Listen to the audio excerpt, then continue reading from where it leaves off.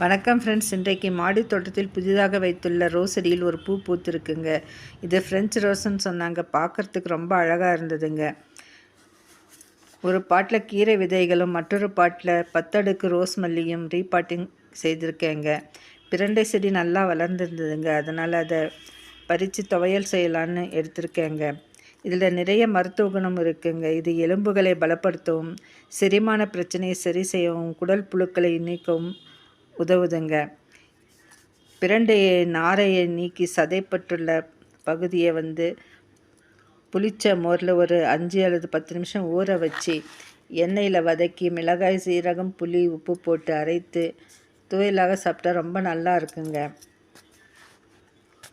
நாரை நீக்கும் பொழுது கையில் கொஞ்சம் எண்ணெய் தடவிட்டாக்க நமைச்சல் இருக்காதுங்க. வீடியோவை லைக் பண்ணுங்கள், ஷேர் பண்ணுங்கள், சப்ஸ்கிரைப் பண்ணுங்கள். Enjoy gardening.